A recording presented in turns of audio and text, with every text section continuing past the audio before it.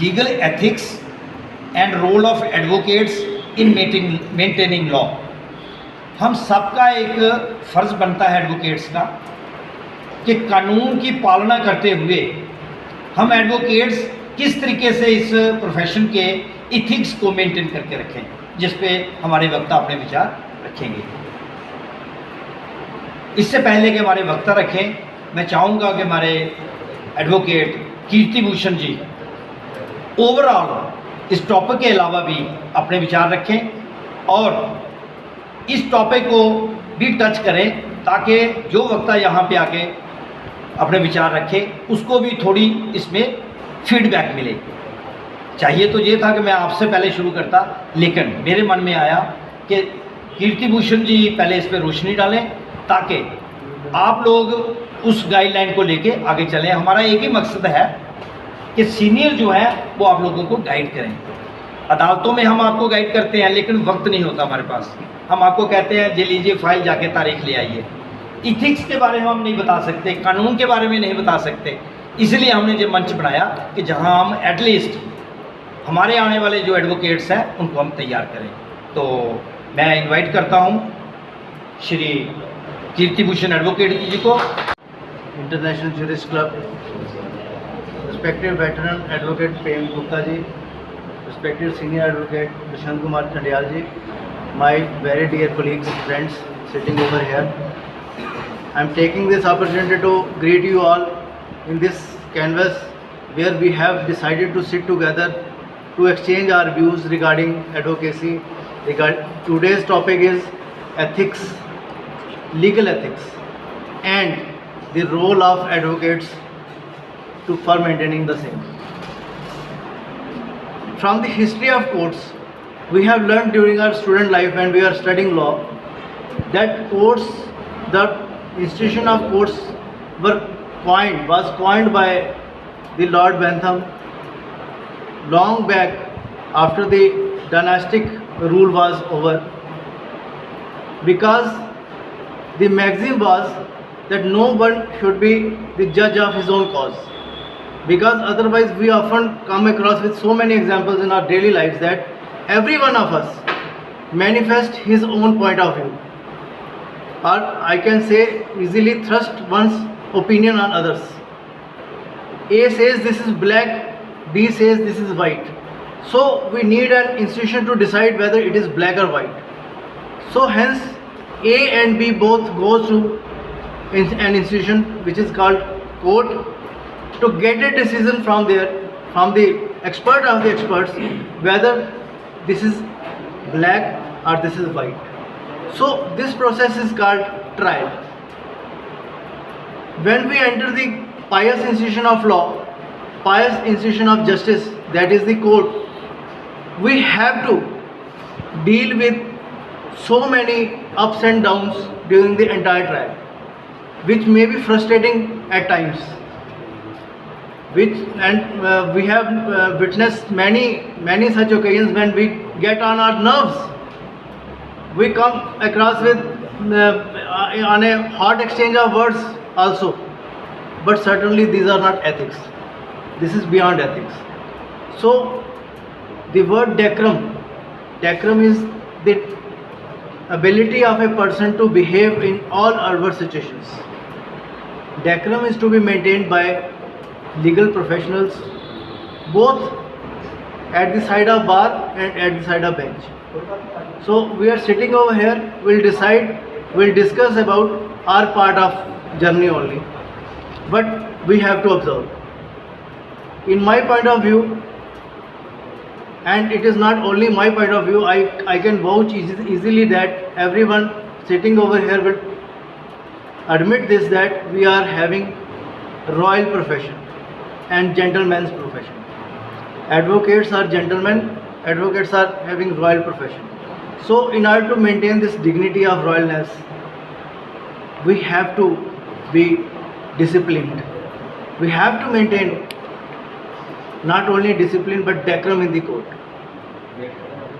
Every new entrant is often confused once he appears before the court, before the judge, where he has to stand, because nobody is here to guide us.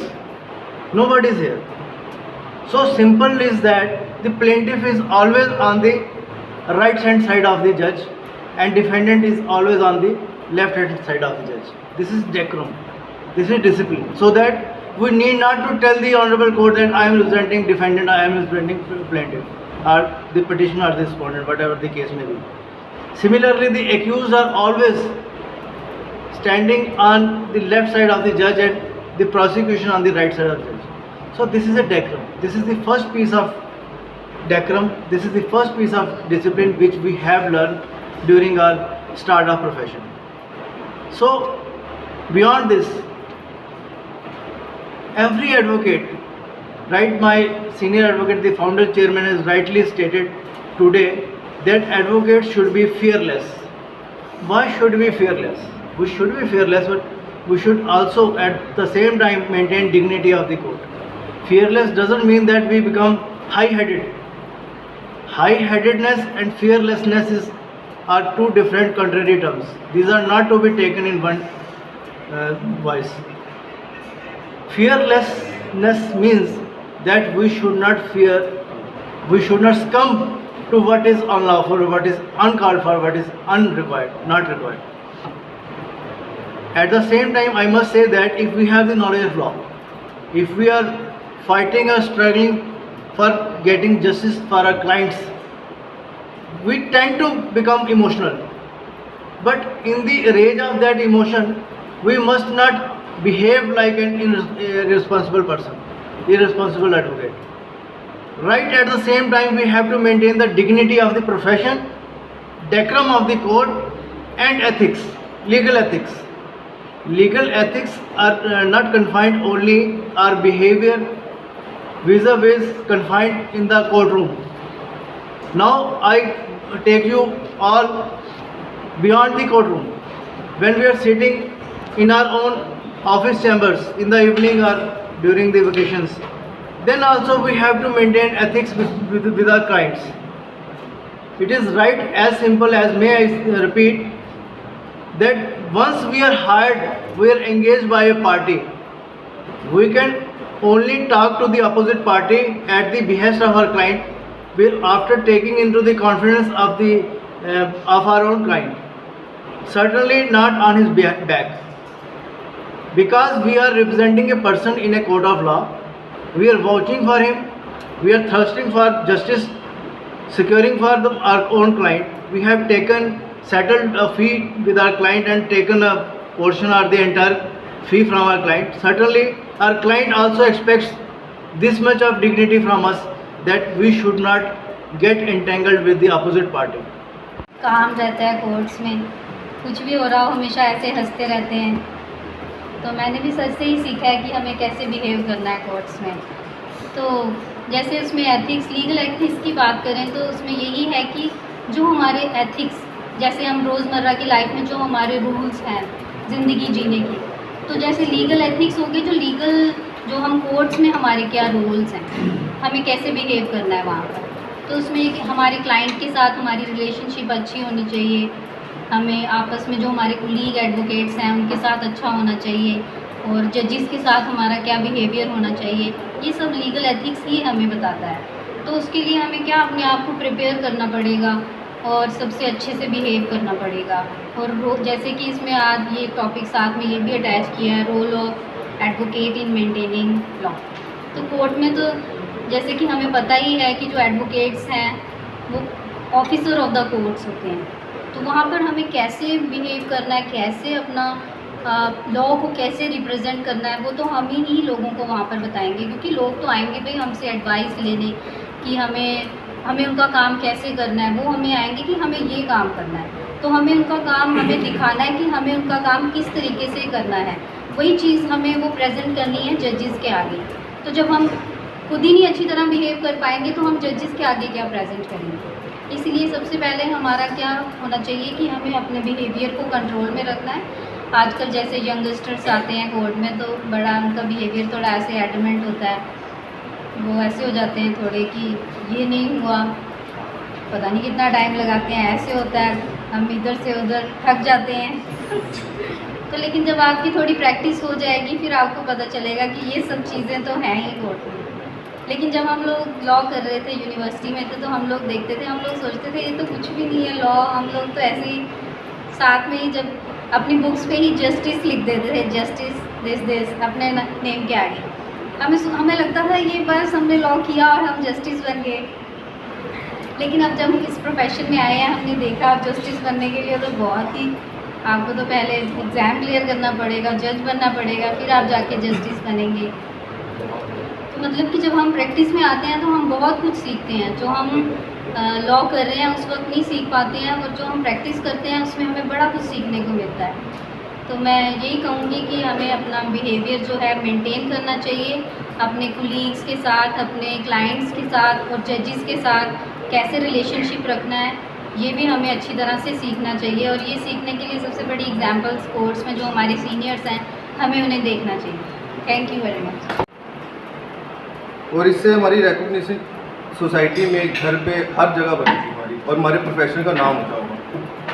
और इसलिए मैं आप सबको यही request करता हूँ, मेरे जितने कोलीग्स हैं, कि हमें सबको पहले तो कोर्ट की रिस्पेक्ट करनी चाहिए, अपने सीनियर्स की रिस्पेक्ट करनी चाहिए। जैसे छोटी छोटी बातें हैं कि उनको एक खड़े होकर एक आदर करना, उनकी सीट देना, ये छोटी छोटी बातें हमें दिमाग में। तो थैंक यू एवरीवन। कर सकें, क्लाइंट को क्या चीज़ दे सकें, ऐसी राय दे सकें जिससे वो सेटिस्फाई हो सके। कई क्लाइंट हमारे पास भटके हुए आते हैं और कहते हैं भटके हुए को सहारा देना और उसको राह दिखाना, इससे पुण्य का काम कोई नहीं है। वही चीज़ हम अपनी डे टू डे लाइफ में करने की कोशिश करते हैं। और मेरे जो सीनियर थे, ये happens to be my father, इनसे ज़्यादा मार्गदर्शन जो है कई सीनियर से हमको कुछ घंटों का मार्गदर्शन मिलता है, इनसे हमको 24 घंटे का मार्गदर्शन मिलता है। कोर्ट में हम इनके साथ में रहते हैं, घर में हम इनके साथ में रहते हैं, 24 घंटे इनके हाथ हमारे सिर पे रहते हैं। कई सीनियर्स के हाथ हमारे सिर पे सिर्फ कोर्ट टाइमिंग तक है, मगर ये हमारी ही फॉर्चून है कि हमारे ही फादर जो हैं वो एज ए गुरु हमें मिल गए, कि जो हमें जीवन के राह में तो हमें मार्गदर्शन दिखा रहे हैं, मगर हमारी प्रोफेशनली भी हमको काफ़ी वो एक सपोर्ट है हमारे। जैसे जैसे टाइम चलता रहा आहिस्ता आहिस्ता सीखते रहे। ऐसा भी नहीं था कि एक दिन में सब कुछ सीख लिया। अब 11 साल हो गए हैं इस प्रैक्टिस में। आहिस्ता आहिस्ता आहिस्ता आहिस्ता एक एक स्टेप चढ़ते चढ़ते आज ऐसे लगता है कुछ शायद हमने कुछ सीख लिया है, मगर ये भी शायद मेरी कोई गलत फहमी है। अगला दिन आता है तो एक अलग सी चुनौती आ जाती है जो कि हमने कभी सुनी नहीं होती है। फिर हम चले जाते हैं सीनियर से मार्गदर्शन लेने, फिर उनसे पूछ के आगे कोर्ट रूम में अपनी बात रखाते हैं। फिर अगले दिन आता है वैसे ही सिलसिला अभी तक चलता ही जा रहा है। ऐसा कोई दिन नहीं आया कि मुझे लगा कि मैंने सब कुछ अभी सीख लिया। अब क्योंकि ये मैं अपना बैकग्राउंड इसलिए बता रहा हूँ क्योंकि मैं लीगल बैकग्राउंड से बिलोंग करता हूँ। अब मेन टॉपिक जो था हमारा legal ethics and role of advocates in maintaining law. मैंने पहले भी बात की कि भटके हुए को अपना रास्ता दिखाना ये सबसे ही पुण्य का काम है। जब हमारे पास कोई क्लाइंट आएगा उसको हमने इथिकल वे में ही आगे अपनी विचार और अपनी राय रखनी है। ऐसी कोई राय ना दें जिससे मेरा फ़ायदा होता हो उसका फ़ायदा ना होता। ये मेरे हिसाब से यही एक लॉजिक है हमारे प्रोफेशन में।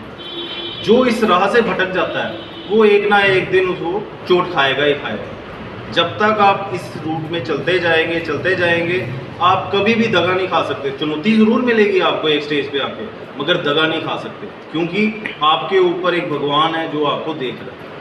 इंसान की दो ही आंखें हैं मगर भगवान की अनेकों आंखें हैं। वो आपको हर जगह देख रहा है, आपके एक एक स्टेप को वॉच कर रहा है। आपके दिमाग में क्या चल रहा है किसी के प्रति उसको वो भी तक भी पता है।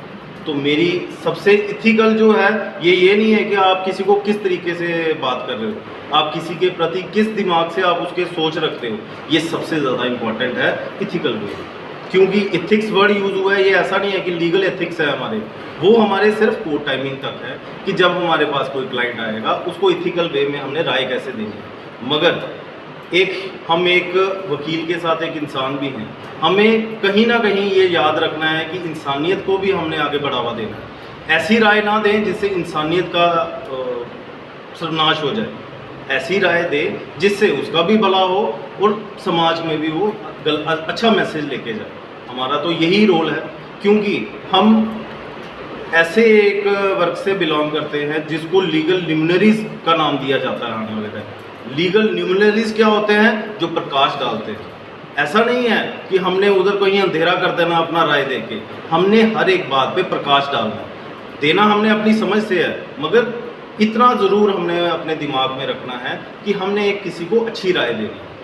अच्छी राय हर एक अलग अलग बंदे से वेरी कर सकती है, मगर एक अपने इंसान को इतना होना चाहिए कि हमने एक अच्छी राय देनी है, ताकि एंड ऑफ द डे आपको इतना ज़रूर रहे कि मैं आज किसी के साथ कोई गलत काम नहीं करके आया, मैंने उसको अच्छी राय दी है।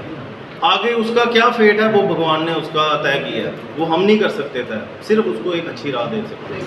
और हमारा अब रोल इतना ही है सोसाइटी में कि सबको अच्छी राय देके उनको मार्गदर्शन करें। जितनी हमको भगवान ने हमको हैसियत दी है उस तरीके से हम सभी को गाइडेंस दें। इसी शब्दों से मैं अपना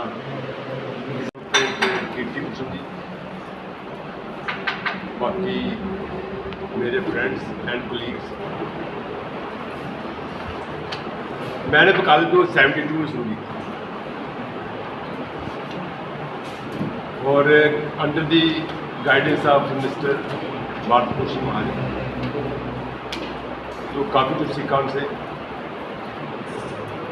लेकिन सरतक स्थान से किस्मत कहते हैं जहाँ जाना होता वही जाती है, तो मैं इस प्रोफेशन में छोड़ के बाहर आ गया। लेकिन हमने टाइम जो काटा ना 10, 15, 20 साल बहुत अच्छा काम किया, निकाला, बहुत अच्छा टाइम था। ये ऑलमोस्ट हम महीने में एक आधी पार्टी करते थे, सारे कहीं ना कहीं जाना, घूमना, वहाँ वापस आना। टॉपिक एथिक्स जो है ये तो नॉट ओनली इन एडवोकेसी, ये तो हर जगह जरूरत है। आपकी दोस्तों में है, घर पे है, घर पे कैसे डील करना है, कोर्ट में कैसे डील, हर एक जगह एथिक्स जो है जरूरी है। तो इस पर काफ़ी डिस्कशन हो गई है। किसी ने तो बहुत दे सकता है कि एथिक्स में क्या क्या आता है। तो बाकी चाहिए कि डिसिप्लिन जो है ना बहुत ज़रूरी है एडवोकेट्स के लिए। डिसिप्लिन में हर एक काम जो है डिसिप्लिन के साथ करना है। इनके भी एक कह लीजिए एक बाउंड्री होती है, उसके बाद नहीं जाना है, उसी के अंदर काम करना है। जज साहब से कैसे बात करनी। सेमिनार था, तीसरी मीटिंग थी और सेकंड सेमिनार था। तो जैसा कि मैंने आपके माध्यम से पहले भी बताया है कि हमारे सीनियर एडवोकेट त्रिलोकनाथ गुप्ता जी, इन्होंने एक बीड़ा उठाया और इनकी अपनी एक दिमाग की उपज है कि इस उम्र में आकर इतनी प्रैक्टिस करने के बाद हम अपने आने वाली जो एडवोकेट जनरेशन है उनको क्या देके जा रहे हैं। तो इस मुहिम के साथ इन्होंने एक बीड़ा उठाया और इंटरनेशनल ज्यूरिस्ट क्लब का एक इन्होंने स्थापन किया। और उसमें हमने जैसे कि पहले भी बताया आपको कि हमने सिर्फ इनको लाइफ टाइम चेयरमैन इनको अपॉइंट किया, और इसके अलावा हमारे क्लब में कोई ओहदा नहीं है, किसी का भी कोई डेजिग्नेशन नहीं है। सारे मेंबर्स होंगे और हमारे मेंबर्स सीमित होंगे सिर्फ लॉ ग्रेजुएट्स, चाहे वो प्रैक्टिस में है, एक्टिव प्रैक्टिस में है, चाहे वो वेटरनर हैं। तो हमारे आज वेटरन में से एडवोकेट हमारे रह चुके हैं, यहाँ से 15 साल इन्होंने प्रैक्टिस की है। प्रेम कुमार गुप्ता जी जो अभी बिजनेसमैन है कठुआ में, इन्होंने 15 साल अपने इसी प्रोफेशन में दिए। आज हमने उनको इनवाइट किया और हमारे साथ बैठे आज उनके साथ भी हमारा आदान प्रदान हुआ विचारों का। इसके अलावा आज का जो मुख्य टॉपिक हमारा था वो था legal ethics and the role of advocates in maintaining law. जो डेकोरम हम कोर्ट में मेंटेन करते हैं, डिसिप्लिन एक एडवोकेट से एक्सपेक्ट किया जा सकता है, जिसकी अपेक्षा की जा सकती है, वो क्या होना चाहिए, एक एडवोकेट को कैसे बिहेव करना चाहिए, both with in court and outside the court, with clients, with the judicial officers and Among Us the advocates also, आपस में भी क्या व्यवहार रखना है। इस बारे में आज हमारा विचारों का आदान प्रदान हुआ।